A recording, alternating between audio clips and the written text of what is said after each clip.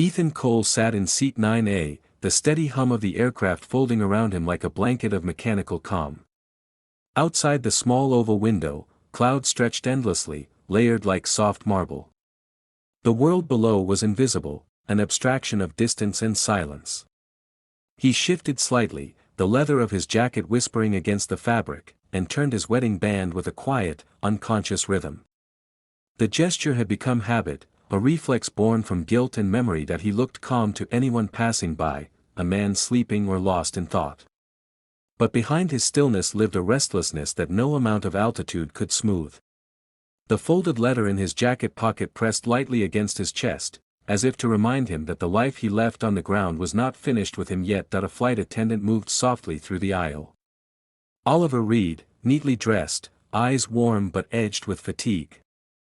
He offered water to a passenger, his voice low and melodic. When he reached 9A, he paused. "Would you like something to drink, sir?" Ethan looked up, startled slightly as if pulled from a dream. "Just water, thank you." Oliver nodded and poured it, the plastic cup trembling faintly with the turbulence that rippled through the plane. As he handed it over, their eyes met for a heartbeat too long. There was recognition in Oliver's gaze, not of identity, but of emotion. He had seen that look before, the kind of tired that doesn't come from work or sleep, but from holding something in too tightly for too long. "Long flight," Oliver said casually. Ethan's mouth curved in the faintest of smiles. "Not long enough." Oliver raised a brow, intrigued but professional, and continued down the aisle. Ethan watched him leave, then turned to the window again. The clouds were thinner now, sunlight bleeding through in golden streaks. He exhaled slowly and closed his eyes. His phone vibrated once in his pocket. A message from Daniel. "Daniel, you landed yet?" Ethan typed back, "Boarding now. Should be a short trip." It was a lie, small and familiar. He had become fluent in them. They were not meant to deceive, only to delay the truth. Daniel would worry otherwise, and worry had already eroded too many nights between them. He set the phone face down on his tray table and rested his head against the seat. Memories flickered through him, Daniel's laughter in their kitchen, the way he used to rest a hand on Ethan's neck when they spoke. That tenderness had faded into silence over the past year, replaced by careful politeness and long pauses. He had promised Daniel he'd stop flying. Promised he'd be grounded, safe, predictable. But the truth was, he didn't know how to exist without the sky. "Excuse me," Oliver's voice returned, softer this time. He leaned slightly toward him. "The captain said we might hit some rough air ahead. Just keep your seatbelt fastened, all right?" Ethan nodded. "Thanks for the warning." Oliver smiled, brief but genuine. "You look like you've flown before." Ethan hesitated. "Something like that." He didn't elaborate, and Oliver didn't press. He simply nodded again and moved on. Yet, the remark lingered. The plane shuddered gently, then steadied. The hum deepened as they began their climb to cruising altitude. Around him, passengers settled into their routines, books opening, screens flickering, small conversations filling the space. Ethan remained still, watching his own reflection blur in the window. He thought about the years he spent in the cockpit of a fighter jet, the vibration of the controls beneath his hands, the roar of engines like a living heartbeat. The discipline, the clarity, it had been the only place where he felt certain. But after his final mission, the one that ended in more loss than victory, certainty turned to shadow. The military called it operational fatigue. Daniel called it something else. "You're not home even when you're here," he'd said one night. "You sit next to me, but you're miles away." Ethan had no answer then. He still didn't. The intercom crackled. "Ladies and gentlemen, this is your captain speaking. We're expecting some turbulence ahead. Please remain seated and keep your seatbelts fastened." The cabin lights dimmed slightly. A few passengers murmured. Ethan took a slow breath, steadying himself instinctively. The sound of engines shifted, subtle, but unmistakable. He recognized the tone change, the slight pitch fluctuation. It wasn't severe, but it was enough to stir something dormant inside him. Across the aisle, Oliver steadied a tray cart and caught Ethan's eye again. A silent question passed between them, "Everything okay?" Ethan gave a small nod. Muscle memory took over. He assessed the cabin unconsciously, the way he used to scan for threat vectors mid-flight that he almost smiled at himself.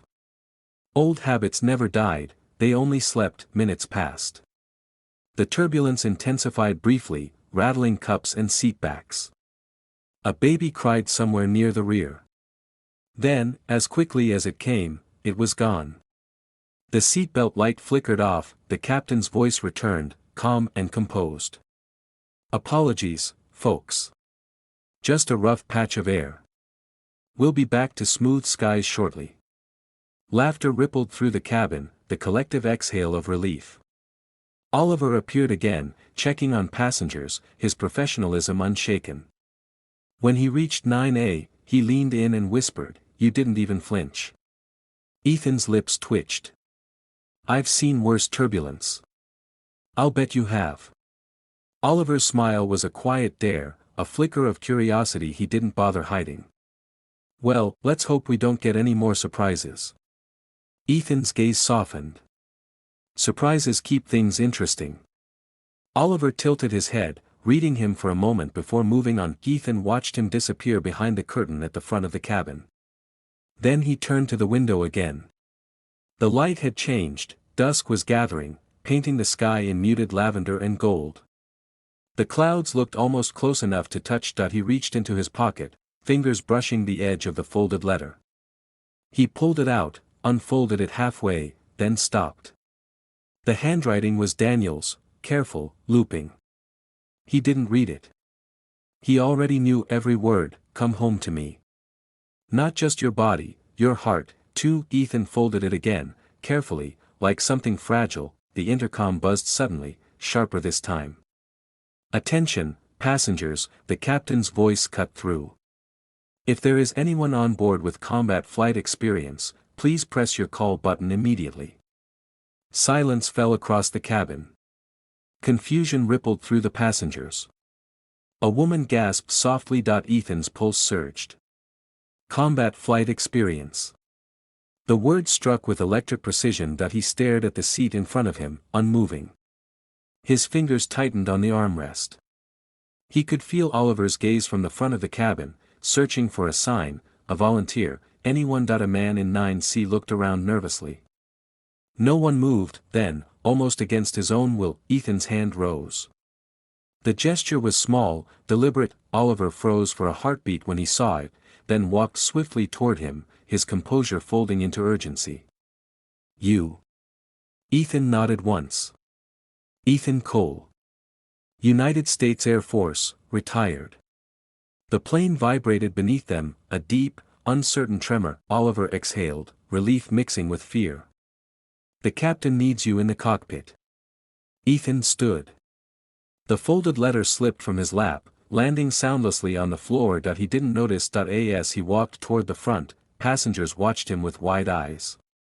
The hum of the engines deepened again, steady but strange. For the first time in years, Ethan felt entirely awake, and in that moment, between fear and purpose, between the past he escaped and the sky he once called home, he knew that whatever waited ahead, there would be no more sleeping through his own life. The door to the cockpit opened.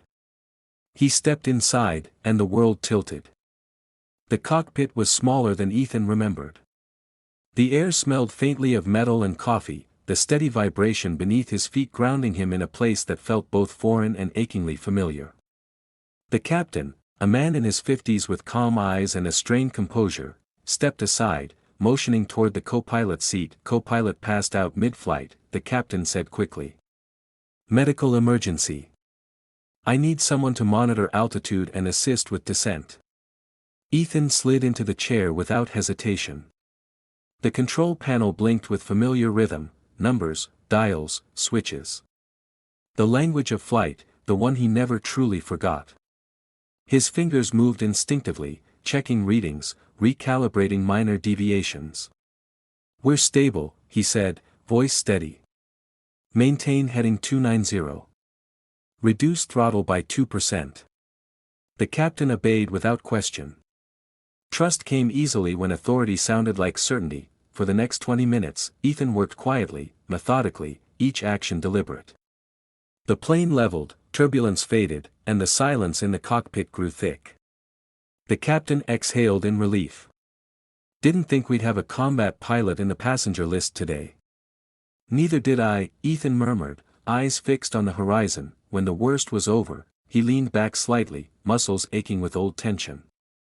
Outside, the world was wide and endless again, but this time, it didn't feel like escape, it felt like confrontation. After landing, the applause began even before the wheels fully touched the runway. Ethan stayed seated, expression unreadable, as the plane rolled to a stop. The captain thanked him quietly, offering a handshake. "You saved us a rough day, Mr. Cole." Ethan simply nodded. "Just doing what I know." When he stepped back into the cabin, the applause grew louder. Faces turned toward him, grateful, curious, reverent. He felt none of it. His pulse was steady, but inside, something had shifted, an old part of himself awakened, one he had buried under years of domestic promises. Oliver stood near the front, eyes wide with awe. "That was you?" Ethan gave a tired smile. "Just helped a little." Oliver shook his head, still processing it. "You didn't just help, you flew a plane." Ethan brushed past the praise gently. "I used to. A long time ago." "Used to?" Oliver echoed, walking beside him down the jet bridge. The tone was soft, not prying, but layered with interest. "You talk like someone who misses it." Ethan didn't answer immediately. The terminal lights glared too brightly, the ground felt strange under his feet. "Maybe I do," he admitted. "But sometimes, missing something isn't enough reason to go back." They reached the airport bar almost wordlessly. Ethan sat, ordered whiskey. Oliver lingered beside him, unsure whether to stay or go. The air between them hummed with quiet understanding. "You handled that like it was nothing," Oliver said finally. "Most people would have panicked. I've had worse days." Ethan swirled his drink, watching the amber catch the light. "It's different up there. The sky doesn't care who you are, it just asks what you can handle." Oliver studied him. "And what couldn't you handle?" Ethan's jaw tightened. "Coming down." The honesty hung between them like smoke. For the first time, Oliver saw something beyond composure, vulnerability, raw and human. "So why did you stop?" "Because someone asked me to." There was no bitterness in his tone, just quiet resignation. Oliver leaned back, thinking. "That someone's still waiting?" Ethan smiled faintly. "He's home. Probably asleep by now." Oliver nodded slowly. "You love him." "I do." Ethan's voice was steady, though softer now. "But love doesn't always mean peace. Sometimes it's just staying when you want to run." The silence that followed was not uncomfortable. It was heavy with empathy, filled with all the things neither of them could say aloud. Oliver broke it with a half-smile. "You don't seem like a man who runs." "I used to fly," Ethan said quietly. "Running's just slower." They both laughed, but there was sadness underneath it. The bartender refilled Ethan's glass. The TV above them replayed the breaking news: mid-air incident resolved after retired combat pilot assists flight crew. Ethan's name wasn't mentioned, but Oliver glanced up, a small smile tugging at his lips. "Guess you're a hero tonight," he said. "I'm not," Ethan replied. "Heroes don't drink alone after landing." Oliver hesitated, then sat down beside him. "Then don't drink alone." The offer was gentle, almost brotherly, but something in Ethan's chest stirred. It wasn't desire, it was connection, the kind that slips past defenses before you realize it's there. They talked for hours, not about war, not about flying, but about music, books, the way people carry loneliness without noticing. Ethan listened more than he spoke, and Oliver, perceptive as ever, sensed that this man's silences meant more than his words. At one point, Ethan mentioned Daniel again. "He used to wait for me after every mission. He said he could always tell when I'd seen something I couldn't forget." Did you tell him? Oliver asked softly. Some things don't belong in words, Ethan said. He wanted me to stop flying, to be safe. I wanted to make him happy. But grounding yourself doesn't heal the sky inside you.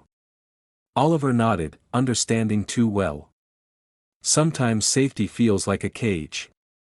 Ethan looked at him sharply, surprised by the precision of it. Yes, he said after a moment.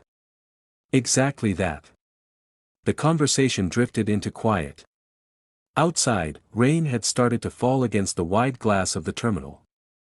Reflections blurred, softening the lights into watercolor smears. When Ethan finally stood, hours had passed. I should go, he said. Oliver hesitated. Will I see you again? Ethan's smile was thin, uncertain. Probably not. Oliver reached into his pocket and pulled out a scrap of paper. Then take this. Just, in case. Ethan didn't look at it right away. He folded it once and slipped it into his wallet beside Daniel's letter. Two truths, side by side, one from his past, one from something uncertain. Oliver rose with him, their shoulders nearly brushing. You know, he said, almost whispering, you didn't just land a plane tonight. You came back to something. Ethan looked at him, eyes unreadable. Maybe, he said quietly. Or maybe I just stopped falling. They parted without a goodbye. Oliver watched him disappear into the crowd, tall, composed, but carrying a heaviness that didn't belong to any uniform. Outside, the night was deep and wet, the city half asleep. Ethan walked to the taxi stand, his reflection trailing beside him on the slick pavement. When he reached into his pocket for fare, his fingers brushed both folded notes. One smelled faintly of home. The other of possibility that he closed his hand around them both. As the taxi pulled away, he glanced back at the glowing airport, the terminal windows reflecting a sky he could no longer claim that he wasn't sure where he was going, only that something had shifted, somewhere between duty and desire, between the man he was and the one waiting to be forgiven. Ethan Cole was learning that infidelity didn't always begin with a touch. Sometimes, it began with the moment you let someone see the parts of you your lover no longer recognized. The city lights blurred outside the window. He leaned back, eyes closing briefly, the hum of the tires echoing the rhythm of the engine still in his memory. When he opened them again, dawn was just a promise at the edge of the horizon, and he was still awake. Morning light filtered through the blinds, soft and fractured, landing across Ethan's face like pieces of quiet truth. He hadn't really slept. The flight, the storm, Oliver's voice, everything lingered, unsettled and half-dreamed. His suitcase sat unopened by the door, still damp from the rain. The letter from Daniel lay on the nightstand, edges curled. Downstairs, the smell of coffee drifted faintly. Daniel was awake. Ethan sat up, ran a hand through his hair, and felt the familiar weight of words he hadn't yet said pressing against his chest. He stood, pulling on a shirt, and went down to the kitchen. Daniel sat at the counter, scrolling through his tablet. His expression was calm, but his eyes flicked up when Ethan entered, sharp, assessing, loving and weary all at once. You're back early. Ethan nodded, reaching for a mug. The meeting was shorter than expected. Daniel's lips curved in a small, ironic smile. Is that what they call mid-air emergencies now? Ethan froze. You saw every channel, Daniel said softly. You saved a plane. The silence between them thickened. The hum of the refrigerator, the faint clink of the spoon, everything else sounded louder. I didn't save anyone, Ethan said finally. I just did what needed to be done. Daniel looked at him over the rim of his coffee cup. That's what you always say. About everything. Ethan wanted to answer, but the words dissolved before they formed. He sat across from Daniel instead, their knees almost touching. I was scared, Daniel said after a moment. Not of losing you. Of realizing how easily you could still leave me behind. Ethan exhaled, rubbing his thumb along the mug's handle. I didn't mean to disappear from us. I thought stepping away from the sky would help. That if I stayed, I could make it right. Daniel's eyes softened. And did it? Ethan's voice was barely above a whisper. No, the honesty came like a wound being reopened, necessary but raw. Daniel looked down, tracing the edge of the tablet screen with his finger. Do you love me, Ethan? Ethan met his gaze, steady but unsure. Yes. But I think I forgot how to show it. That broke something fragile and real. Daniel nodded slowly, tears threatening but never falling. You can't fix what you don't face, he said. You've been living in turbulence since the day you came home. Ethan swallowed hard. Maybe I don't know how to land anymore. Daniel stood and came around the counter, resting a hand on the back of Ethan's neck. The touch was light, hesitant. Then maybe we start there. For a long moment, they stayed like that, close enough to remember, distant enough to ache. Later that afternoon, Ethan walked along the shoreline behind their house. The sea stretched out endlessly, restless and reflective. He took the scrap of paper Oliver had given him from his wallet and unfolded it. The words were simple: you don't have to stay lost to be loyal. He stared at it, the wind pulling lightly at the corner, until the ink began to blur from the moisture in his hands. That he thought of Oliver's steady gaze, his quiet empathy. There had been no betrayal between them, only understanding, an emotional trespass that felt both innocent and irreversible. That he thought of Daniel, the way his voice still broke when he said Ethan's name, as though it meant both home and hurt. The ocean murmured against the rocks. He closed his eyes. For the first time in years, he didn't want to run toward the horizon. He wanted to understand what staying could mean. When he returned home, Daniel was in the living room, watching the news replay. Ethan's image appeared briefly on the screen, a grainy video from a passenger's phone showing him walking to the cockpit. Daniel muted the sound as Ethan entered. You've been quiet, Daniel said, just thinking. About what? About the kind of man I've been, Ethan said. And the one I want to be. Daniel's brows lifted slightly, cautious hope flickering beneath the fatigue. And who's that? Ethan sat beside him. Someone who doesn't confuse silence with strength. Someone who can love you without needing the sky to prove he's alive. Daniel turned, searching his face for sincerity. What he found there wasn't perfection, but presence, and that was enough. He reached for Ethan's hand, their fingers interlacing naturally, like they used to.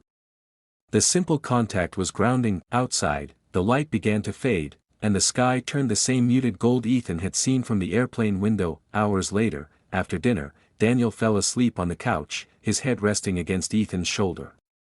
The rhythm of his breathing was steady. Ethan sat still, watching the shadows stretch across the walls, listening to the rain begin again. He pulled out his phone, hesitated, and opened a blank message to Oliver. His thumb hovered over the keyboard, unmoving. There was so much he could say: thank you, goodbye, I understand, but none of it would make the silence cleaner. Instead, he deleted the draft and opened a new note that he typed. Sometimes love is not a promise, it's the act of returning, even when you're afraid. He didn't send it. He just saved it. The next morning, Daniel woke early and found Ethan in the garden, trimming the overgrown vines by the fence. The air was cool, damp, alive. For a long time, Daniel simply watched him, this man who had once been unreachable now standing quietly in the dirt, sunlight touching his face. When Ethan turned, their eyes met. No words passed between them, but there was something new in his expression, not relief, but resolve. Coffee? Daniel asked. Ethan smiled faintly. Yeah. I'd like that. Inside, the house smelled of fresh rain and something almost like beginning. Later, while Daniel washed the mugs, Ethan reached into his jacket and took out Oliver's note one last time. He folded it carefully and set it on the counter beside Daniel's letter, the two truths that had shaped him. Then he opened the drawer and tucked them both away. He didn't throw them out. He didn't need to.